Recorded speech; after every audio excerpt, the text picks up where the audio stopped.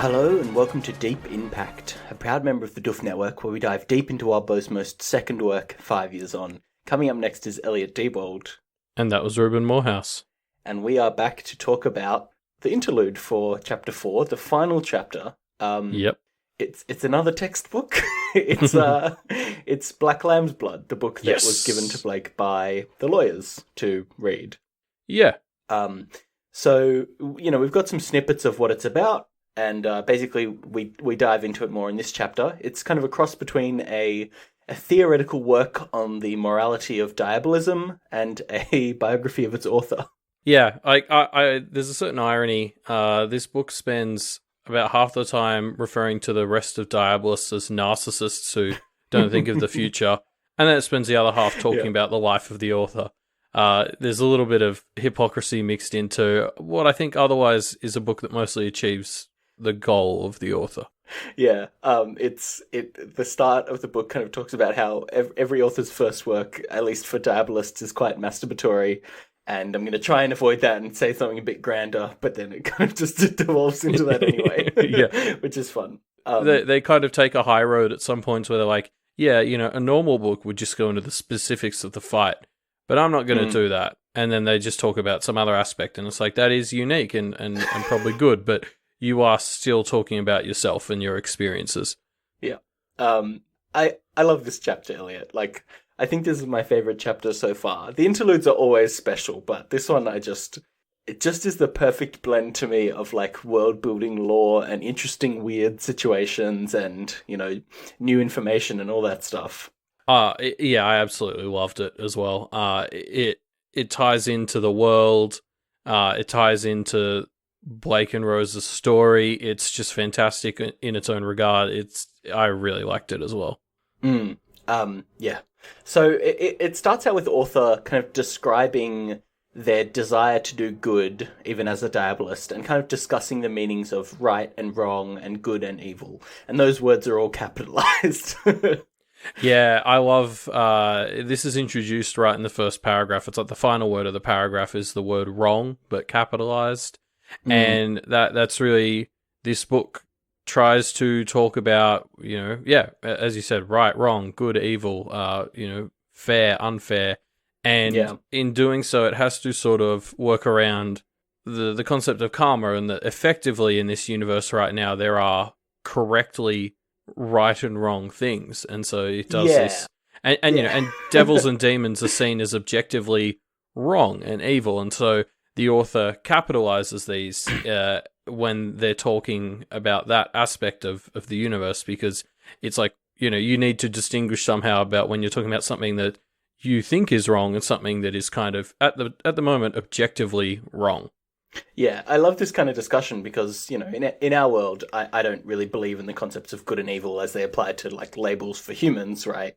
People have motivations and they can be flawed and they can be corrupt, but, people aren't intrinsically good or evil. But in a world with demons and angels and all kinds of stuff, like, these creatures, it could be fair to say that they're evil. And people that deal with them and get kind of corrupted or possessed by them, why aren't those people evil? Maybe they are. Like, shit, diabolists could actually kind of be evil. Yeah, and I think I was saying this on our Doof Discord the other day, but it reminds me of our discussion in the Dirk Gently episode of Media MD, where we sort of talked about when you have in fiction this universe that just does have an opinion on what is right and what is wrong, you're sort of being asked to take a step back and sort of just acknowledge that within the terms of the text, that is wrong.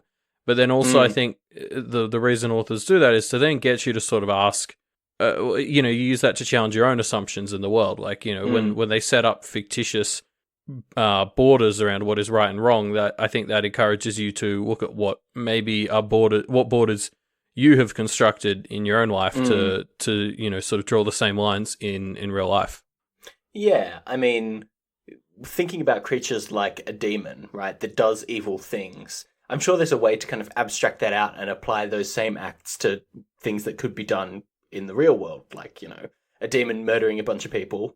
Well, we have an incest demon in this very chapter that I think sort of fits that bill. Like it takes a symbolically, well, it is born from my understanding of the chapter of this symbolically wrong act. And this is basically the book objectively saying incest is wrong. Yeah, well, yeah, but maybe that's a blunt reading of it, because there is obviously power in this world to the beliefs of people, and so maybe there's a reading of this where it's like, this is an incest demon, yes, and in this context, this is like an evil incarnation of this, but is that born from incest as a concept being inherently evil, or is that born from, society viewing it as such and kind of taking that lens, and that kind of builds the pressure on the universe to kind of make an incarnation of this evil concept, right? Or no, even exactly. an incarnation of this concept that becomes evil because society sees it as evil. I don't know. Yeah, that's sort of what I was trying to say is, it's asking you, in the universe, it's sort of seen as, oh, this is a demon and it's associated with this concept, so that's bad. And you sort of being asked to take a step back and say, well, is it intrinsically so? Yeah, and maybe even the label of demon is just an abstract label that we apply on others that, that take incarnations of bad things, right? Like, yeah. Why isn't Conquest a demon? He's an incarnation of a concept, but it's one that is a bit more palatable, and even so, not that much, right? Yeah, exactly. That's a good point. I hadn't thought of that. He's definitely an incarnation that walks that line, I guess, yeah.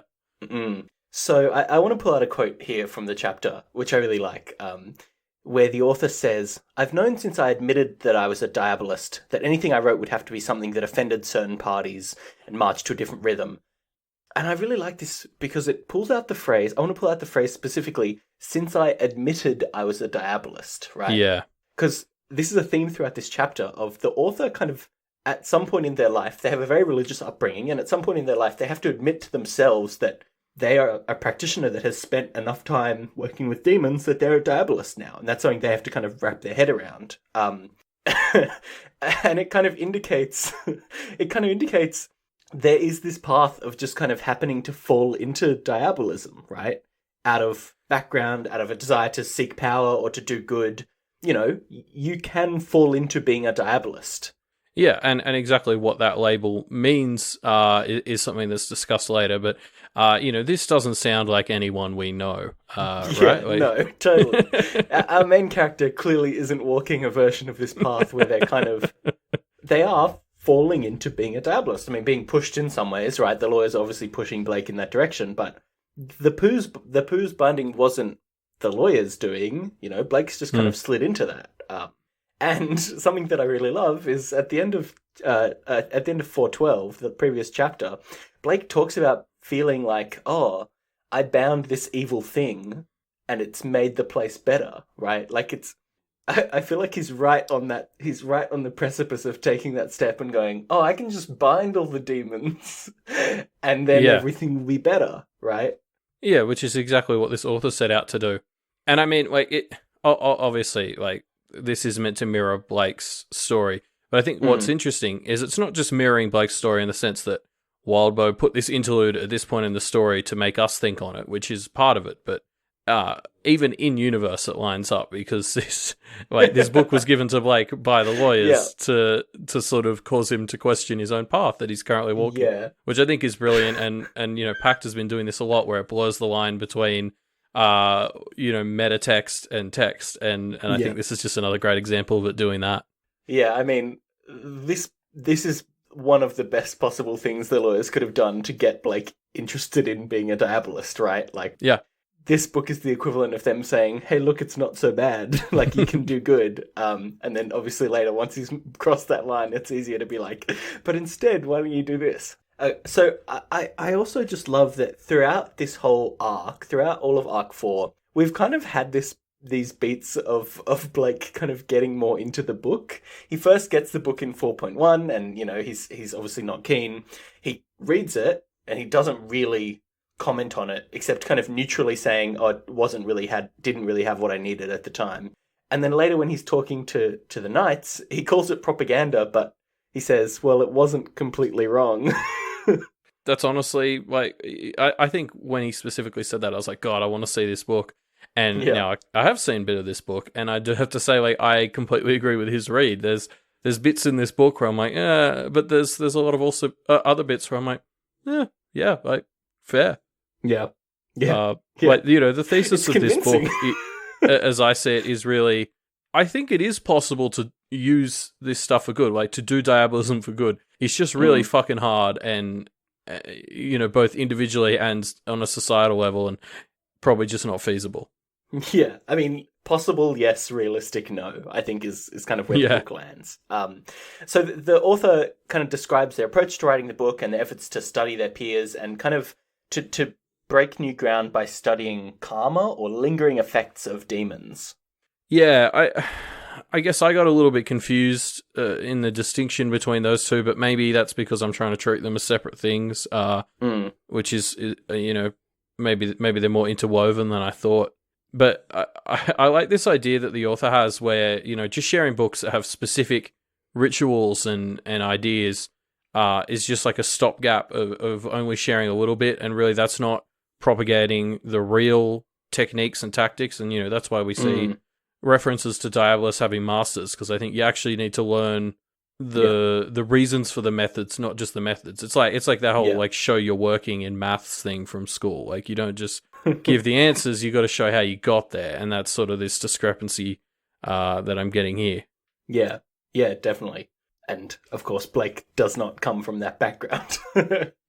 No, and I mean, this book kind of advertises itself as unique in that it's one of the few books that's looking at this sort of long-term karmic effect of all this stuff, particularly for diabolists.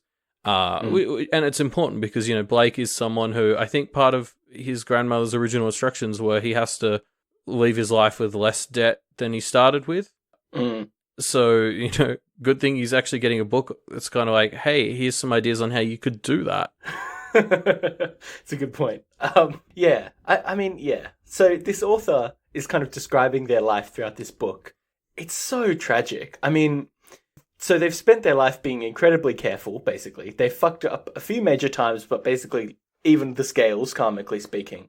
And or now to kind of to, cap it off, they're writing this controversial book which will earn them enemies and will make them hated if even anyone reads the book. It's like, it's such a tragic life. And we find out how tragic as we go on.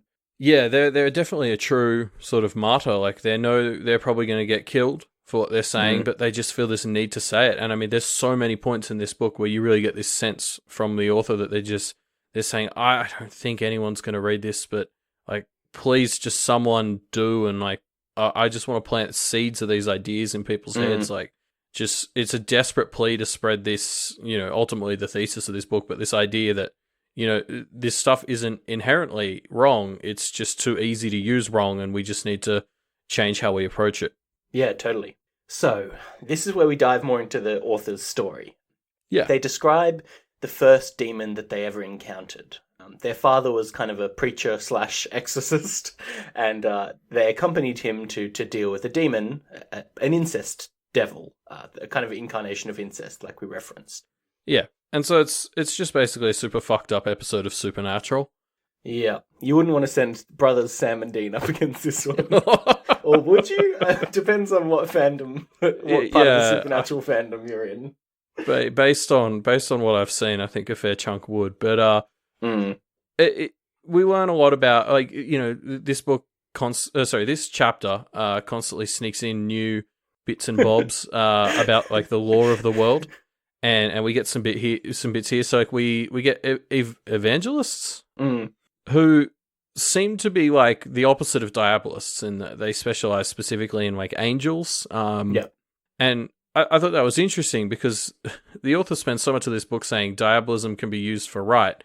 But then we see that there are people who can communicate with angels, which I think this is the first time we've got confirmation that there are like angels who are presumably good with a capital G. And the people who work with the angels are also seem to be tasked with taking out demons. That seems to me like the more obvious path of defeating the wrong. And so it's kind of like, I think this is brought up specifically so we can see why this method isn't good enough. Yeah. It goes wrong. I don't want to pull out the quote because it kind of unfolds slowly and it's too much to really read out here, but there's a part where it describes that everyone walked in, but nobody left intact. And the way we kind of find out what that means is pretty horrifying / great. The father leaves. The parents get a divorce. The father leaves without being able to talk to the children, and the narrator doesn't say why, but the narrator reveals that that was the last night.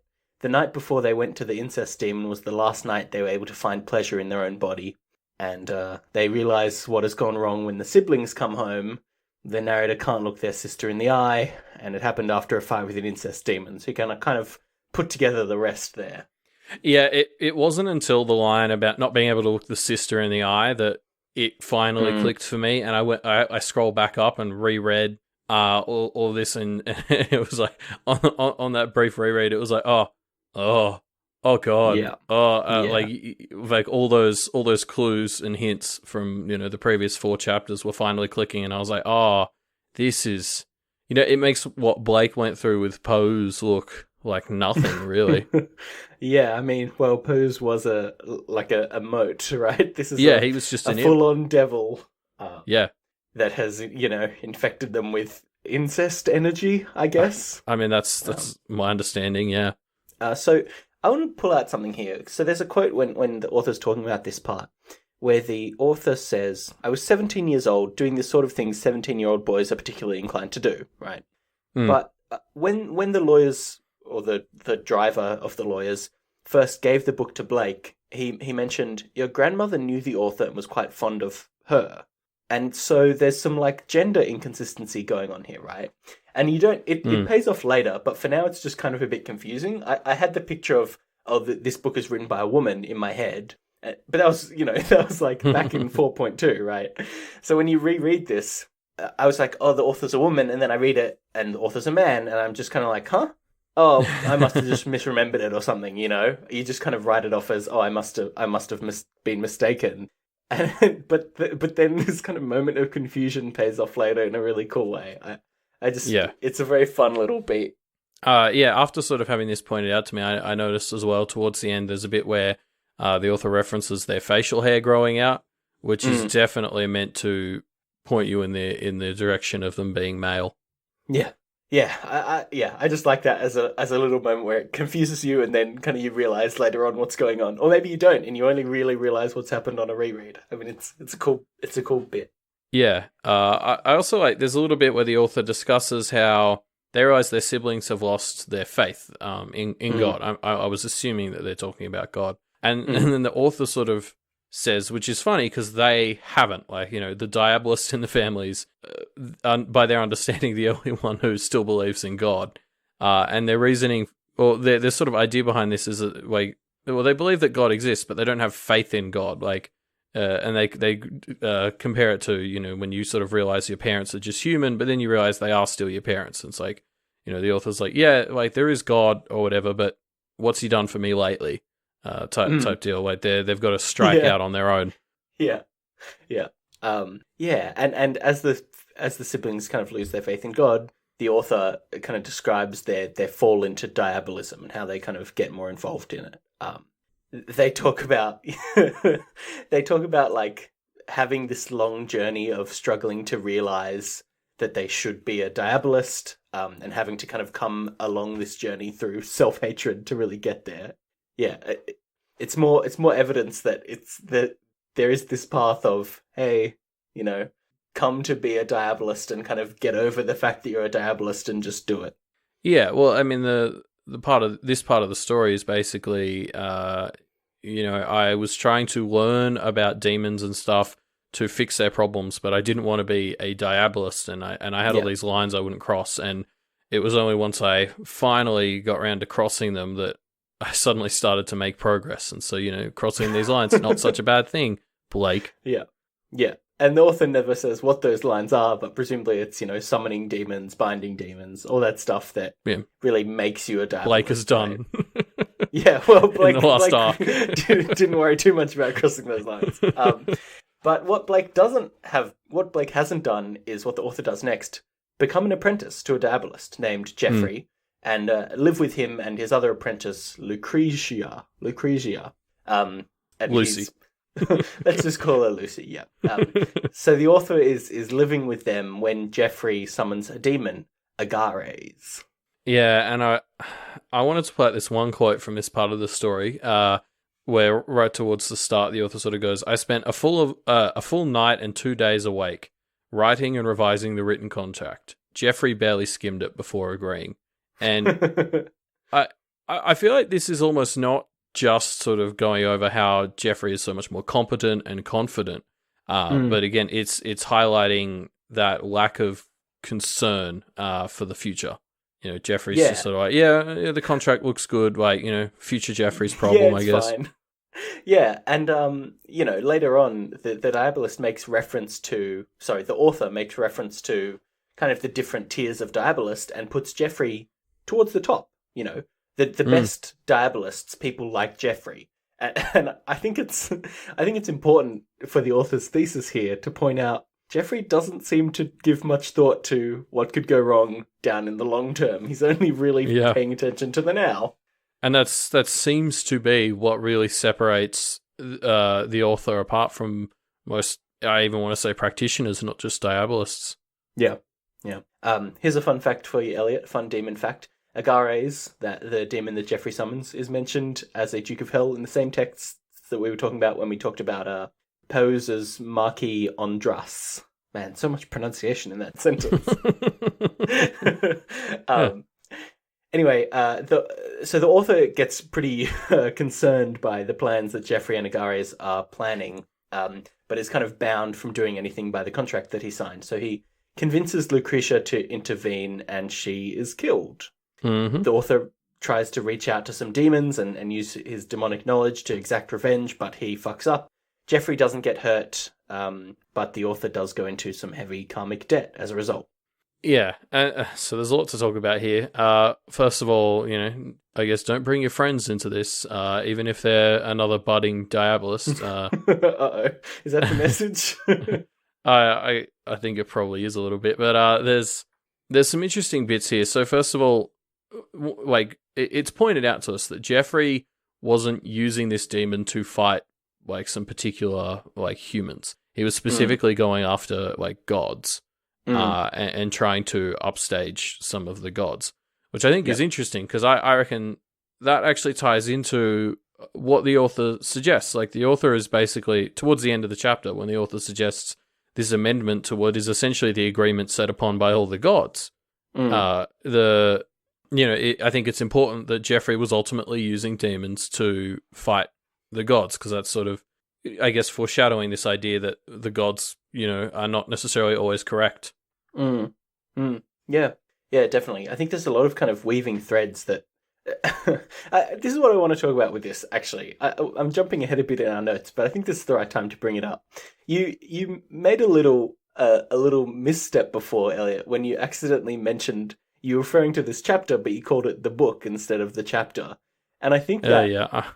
I think that really just like sums up how engrossing this chapter is. Like, I find myself slipping into this book and reading it as Blake would read it, as a textbook on the morals of diabolism within this world. Like, it's so engrossing. I find myself being in it and being like, that's an interesting point, author, yes, and kind of like considering the moral ramifications of this fictional world. No, I totally agree. I've been trying really hard to watch the terms like arc, chapter, and book that I've been using today, but I don't think it's working. Because I agree. Like, there are almost moments reading this chapter where I felt similar to when I was reading, Homo sapiens or Homo Deus recently, where it's just like it's almost like you're just reading a real book that's dealing with morality and thinking about it, and then I kept having to take the step back and be like, oh, well, this is within Pact. But and I felt the same a little bit. Like, I remember getting so into Famulus and, the Implementum, I think was the name of the book, in Arc 2, and was just thinking, God, I could just read these fake textbooks. Yeah, there's a part in this chapter, I can't remember exactly where it is, but basically the author says, oh, I'm going to break down this in this chapter, and then we'll go into this, and then we'll get into that. And then it goes from, like, chapter 2 to chapter 5, skipping over all these things. In my head, I have this visceral reaction of like, no, I want the other chapters. Yeah, I did the same thing. There was that moment of, oh, but what about chapters 3 and 4? And then, of course, I sort of looked at what, like, again, I had to take that step back and be like, okay, well, Wildbow hinted at what they would talk about in chapter 3, and like, so what's the important part of that chapter that he just wants to get through to us here? Like he brought up just enough so we'd be able to take the point he's trying to make. But then there's also that part of me that's like, I want to read the whole book. Yeah, I know. It's just kind of like, I want the expanded universe of diabolism textbooks. Yeah, I mean, I read almost all of the World of Ice and Fire, which is basically a encyclopedia of the Game of Thrones universe. So I guess I definitely will just read stuff like this for fictional worlds. So there's a market for it. All right. So something else that we get introduced to here, just a little concept that's mentioned, a totem, kind of like an inception totem that basically is used to track your karmic balance. The author has a wooden ring. We don't really hear what happens to it, but presumably it like rots or something if he's very much in debt. Yeah, so I read that. My immediate thought was Blake needs one of these, and then my second thought was, I wonder if that's what his tattoos are. To some extent, I don't know. Like, we don't know anything about this. This is the first mention of an ability to just accurately understand karma. Like, I think before this we had what was her name? The Miss Lewis said that she could see the flow of karma, and she made it sound quite abstract, and that's all we've had up until now. So now we find out there's totems, and I'm like, oh, if Blake's tattoos aren't that, he's got to get one ASAP. Yeah, I mean, it would make sense for his tattoos to be that, right? Like, they do seem to change when things happen around him. Yeah, it seemed maybe they're even more than that, because they seem to be affected by what's happening to him and stuff as well. But I wonder if part of them is just, going to reflect changes in his karma. Yeah. So jumping back to the author's story, after he goes into such heavy debt, this is really the kind of formative experience that has him start to muse about karmic balance. Is it possible for a diabolist to stay karmically positive? Practitioners all kind of agree that it's possible to be karmically positive for a diabolist, but time and time again, they never are. They always fuck up, or they always go into debt. And so the author kind of starts thinking about this question more in terms of, well, how realistic is it actually for a diabolist to stay karmically positive? Yeah, and that's almost the crux of the book as a whole, is basically saying, yes, it is possible. You can set out to do good in this world. But the odds are so stacked against you that it's almost certainly not going to happen. It's just too easy not to. The author has been through this themselves. You can be good for years, and all it takes is one fuck up to send you massively into debt. Yeah, totally. I mean, that was their situation, right? And so it's understandable to see why they see it as like unreasonable to an extent to expect that to be the attainable goal for diabolists. It's just kind of not. It's not realistic, like you said. So how can diabolists improve the world? How can they be karmically positive?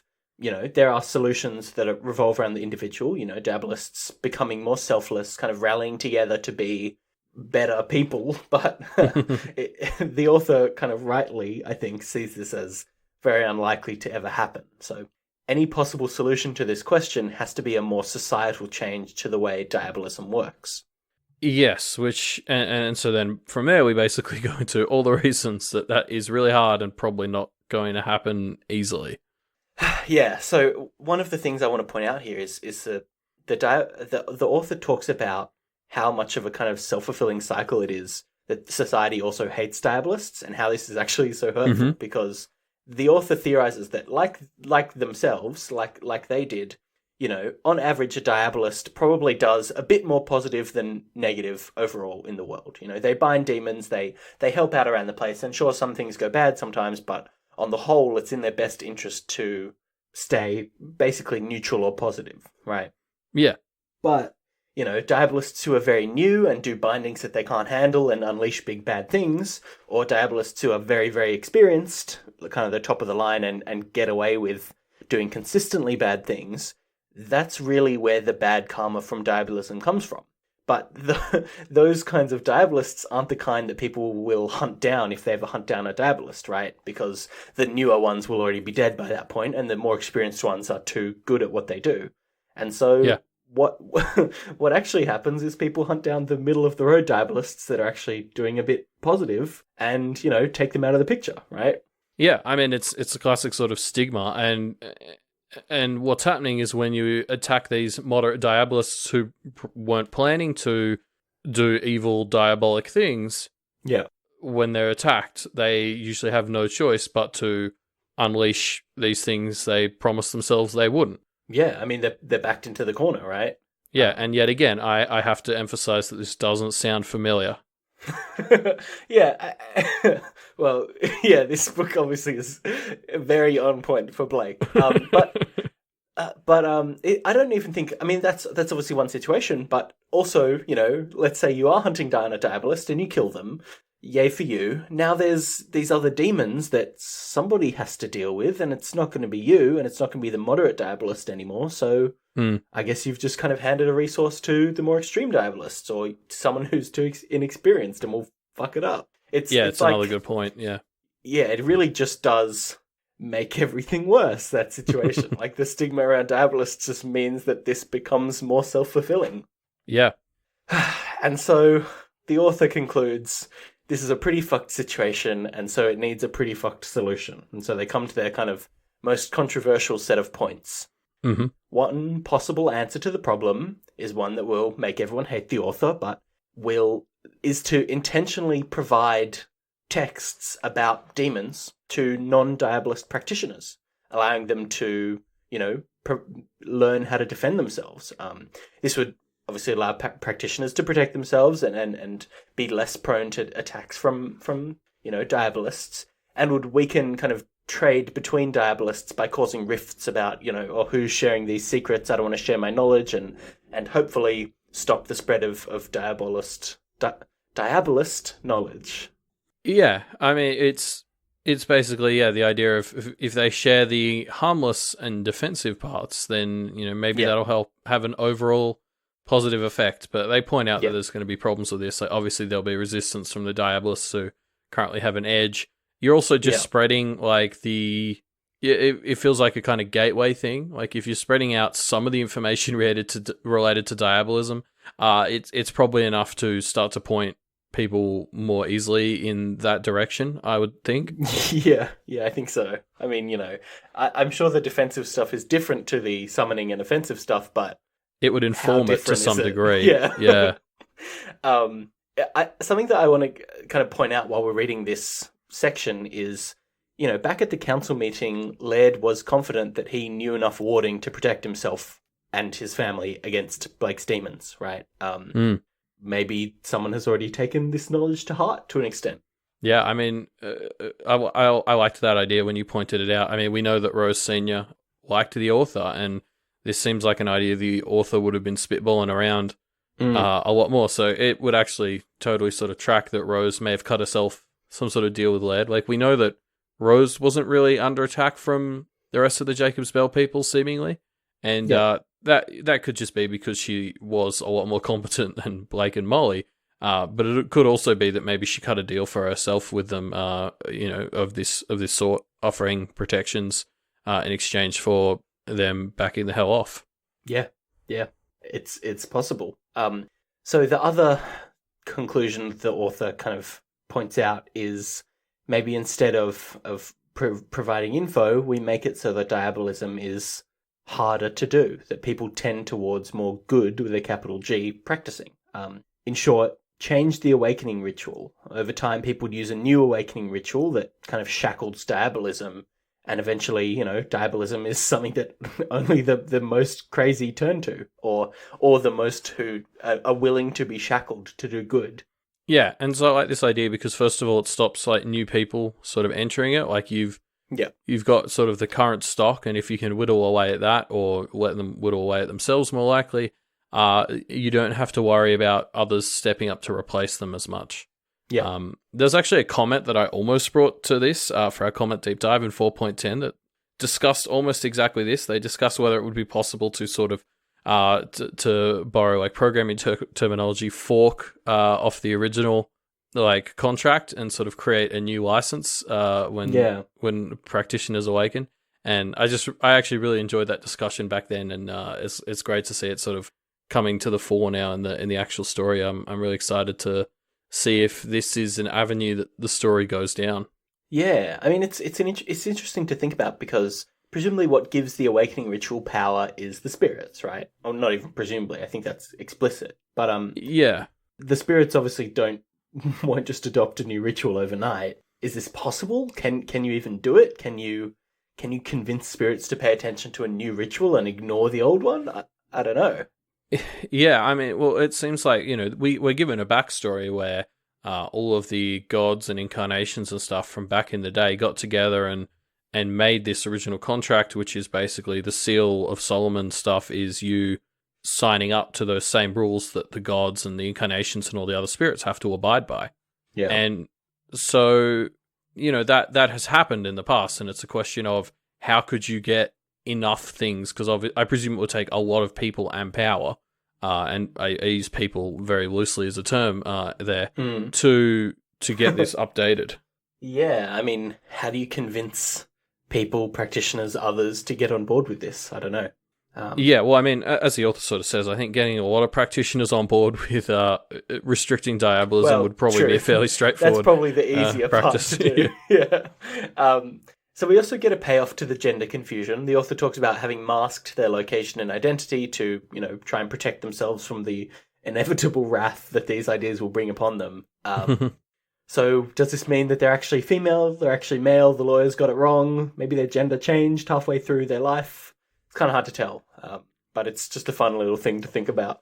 Yeah, I'm just assuming that it's they attempted to point you in the wrong direction with regards to their gender in the book as part of masking their identity. But as they said, It probably didn't work. Probably not. It seems a little bit straightforward. So yeah, we got a hint at what the title means, but it's kind of evidenced more when we get to what the actual ideas are. The author expects to die by writing and releasing this book. They expect to be the sacrificial lamb, giving themselves up to kind of seed this idea in the hopes that one day it steps towards a better world. Yeah, and we already sort of talked about, this sort of feeling in the book of desperation, just wanting to get this idea out at any cost, and presumably the cost of their lives. And I guess we'll see how this attempt to spread the seed of this idea goes throughout the story. Yeah, I guess we'll have to keep an eye on it. But that's the end of Collateral. That's the end of Arc 4. So let's talk about this arc as a whole. And I always like to start off with the title of the arc, Collateral, right? I think there are two meanings I want to call out, and I know you've got some other ones you want to pull out too. Obviously, collateral in the legal term is, the insurance, the thing you spot, so in case, something goes wrong, the bank can take your car or whatever. The rose on a chain. The rose on a chain, as the expression goes, yeah. So that's pretty obviously a meaning of collateral there, but I like the interpretation of kind of collateral damage, and I think I'm going to talk about this a bit later, but, poses radiation as the collateral damage of dealing with demons. Same with the hyena, kind of infecting and ruining the area around it by, brutalizing all the others that are in its area. And even the knights kind of taking this damage from fighting a demon and taking this kind of damage to their life, I guess. No, but definitely the concept of the collateral damage that you suffer from dealing with demons is something this chapter specifically addresses quite heavily and ties really well into the pose stuff you were talking about before. But I couldn't help but notice sort of two other definitions for collateral. One is sort of saying that something is alongside but subordinate to, and obviously the word subordinate just jumps out to me there with conquest on the table.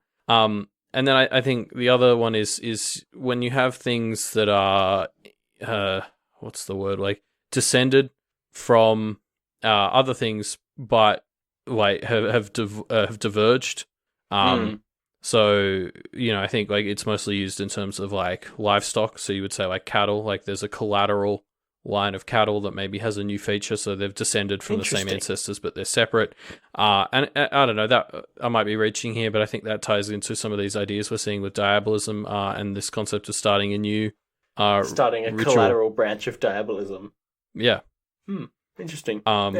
But yeah, so I don't know. Just to talk about Arc 4 overall, I feel like the first three arcs sort of introduce us to the concepts of the world of Pact, And then this arc really let us actually see them. Like we stepped out of Jacob's Bell and actually saw so much happening, so much actually happening, specifically diabolism. Like Blake was literally pulled into the world of diabolism as he sort of fought Pose and the hyena.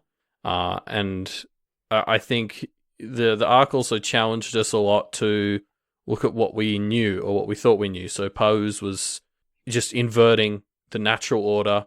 The hyena was a goblin that didn't act like a goblin in just about any way, shape, or form. And then you see it all sort of tied up neatly in this final chapter, which sort of explicitly asks you to question the fundamental rules of practicing. And so I think it's all about sort of getting you to question these concepts of right and wrong.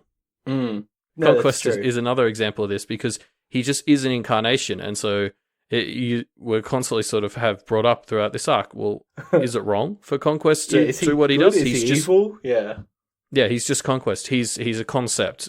Can a concept be good or evil? I think that's another thing that fits into that idea that I think the arc is sort of throwing at us. Yeah, I love the questions that this arc brings up, and it does it so well. Like there's we start with Blake and his friends and his kind of people that he cares about, his family in air quotes, and those are like clearly the example of good with a capital G, I would say, right? Like Blake has built himself a very good life. And then we also obviously get into some really messed up shit. We basically subvert all kinds of weird things in this chapter. It basically is just to bounce around morality and diabolism and like all these different things. It's very engaging. I love this chapter, this arc so much. Yeah, well, and even things like Isadora, I think fits in nicely with this idea of questioning like good versus good with a capital G, because she's someone who walks around killing people and then not quite randomly, but picking others and sort of granting them good karma in a way that almost came across as cheating to me. Like, we have this world with concepts of good and wrong, and then you have others like Isadora who seem to bend that or sort of make it easier to skew one way. Yeah, I guess it does kind of feel like the first three arcs, the morality of each of the main characters we really knew was quite black and white to an extent, right? I mean, maybe Laird is the exception, but a lot of the other council members are, these are the baddies. The lawyers, they're evil. And we got Mrs. Lewis being a bit on blurring the line, and obviously Blake is a bit of blurring the line as well. But in this chapter, everything is so grey. Like, even like the astrologer and Jeremy Meath are like characters who, you see the grey in their morality. Yeah, absolutely. Fun stuff. And I think the interlude, obviously, we've already talked about how it kind of ties those themes together. I love this is the perfect book to give Blake by the lawyers. I mean, it's a masterstroke. Yeah, absolutely. I think in an arc where we're learning to question what is right and what is wrong, it's so perfectly capped off by this book. Yeah, and I also think it's we kind of touched on it already, but like the collateral radiation of dealing with demons is something that's clearly quite heavily on Blake's mind right now. Over the course of this arc, he went from being the happiest that we've ever seen him, probably, at the party, to just being worn down by interactions, Like, the stuff with the hyena, that went very well, and he's still just worn down. Yeah, totally. He's he's been through a lot. Yeah. So, as we wrap up this arc, we know that the next arc, chapter, Arc 5, the title is Conviction, and the arc did end with Blake being surrounded by police officers. I wonder, which meaning of conviction is it? My speculative title for the arc, or my speculative alternative title for the arc, is Blake's Very, Very Bad Day. Because I'm actually assuming that this next arc is just going to be all this final day where Blake's dealing with the police, the abstract erasure demon. Like, it's just going to be intense. It's going to be a very bad day. Yeah, well, we'll see. We'll see. Now, we don't normally do a comment dive at the end of these arcs, but I just wanted to pull out this comment that I really liked from this user called, Wildbow. He was talking about writing this chapter and talking about how these chapters, these interludes, the textbook interludes, I'm going to refer to them as, are interesting and difficult to write because they have to have some kind of defined narrative to kind of keep it interesting. And I don't know, this is just kind of a concept that I want to raise and get your thoughts on, Elliot, because I love this world building stuff, and I do feel like I would be okay with it being a lot more theoretical and a lot less narrative. This is probably a personal taste thing, but I would agree. As someone who, as I sort of said, has just like read The World of Ice and Fire and done some similar things for Tolkien stuff as a teenager, I am just happy with sort of pure world building in a sense. And particularly if that world building, just the raw world building in this chapter did tie into Blake's story, and I think that would probably be enough for me. The sort of author's pseudo biography that we do get was great, but I think I would have still been fine without it. I don't know. Yeah. I think in this chapter, I love the world building parts so much that there are parts, when he's talking about Lucy and Jeffrey and stuff that kind of tie in these themes, but I don't know. I just want to explore the world more, Anyway, that's our episode. It's a real we've got word length episode here today, Elliot. These interludes, they're killer. Yeah, they get you. So that's the end of Collateral. That's the end of our arc. That's the end of our episode. So next episode will be Conviction 5.1 coming out on Monday, the 8th of April.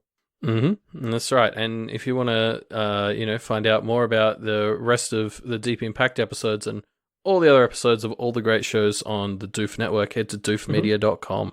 Yes, actually on doofmedia.com you can find out about the new show that has just started this last week that I'm really enjoying, called About Face, where Scott and Matt talk about the Wildbow web serial Face. It's great. The first episode came out, definitely worth a listen. I'm very excited for episode 2. Yes, and if you want to support all these great shows like About Face and the rest of the Doof Network, head to patreon.com/doofmedia, where you can donate to help keep us afloat. Yep. While you're on Patreon, why don't you check out Wildbow's Patreon, huh? Go do it. It's patreon.com/wildbow, and you can help fund Wildbow doing all these great things, and maybe he'll write that full version of Black Lamb's Blood that we can all read and enjoy to our heart's content. And if you want to yell at us about anything that we said in this episode, or yell at each other, pronunciation mostly. Yeah. You can do that in the discussion thread that will be linked in the show notes below.